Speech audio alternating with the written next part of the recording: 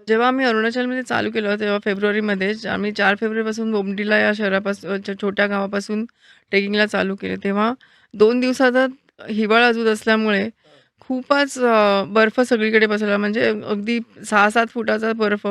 जरी सेला पास हा जो आमचा पहिलं उद्देश होतं ओलांडून तवांगकडे जायचं, तो पूर्ण बर्फाच्छादित होता.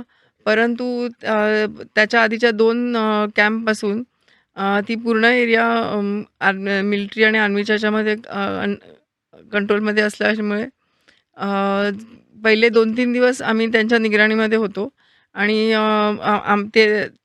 बाकीचे त्यांचे काही सवंगडी सुद्धा आमच्याबरोबर या सैला पासपर्यंत आले होते.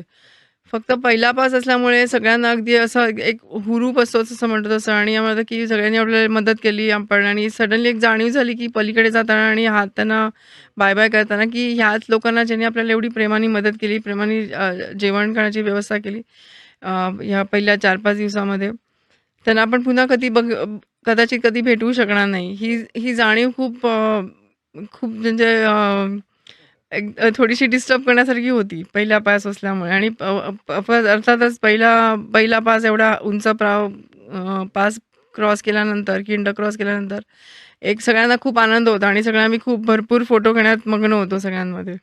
म्हणजे हे खूप छान म्हणजे की की हे लोकं काहीतरी 2-3 दिवसाकरताच आपल्याला भेटले. त्यांनी एवढी मदत आपल्याला केली आणि आता याच्यानंतर कधीच कदाचित भेट होणार नाहीये. हा हे विचार म्हणजे तो जसे-जसे दिवस गेले तसं-तसं मला पण म्हणली मी अजूनही मला मी जेव्हा पहिला प्रवास केला आणि किंडीच्या पलीकडे जे नुरनांग या गावामधल्या लोकांनी आणि तिथल्या आर्मीच्या लोकांनी आमचं स्वागत केलं, हे मला अजूनही आठवतं.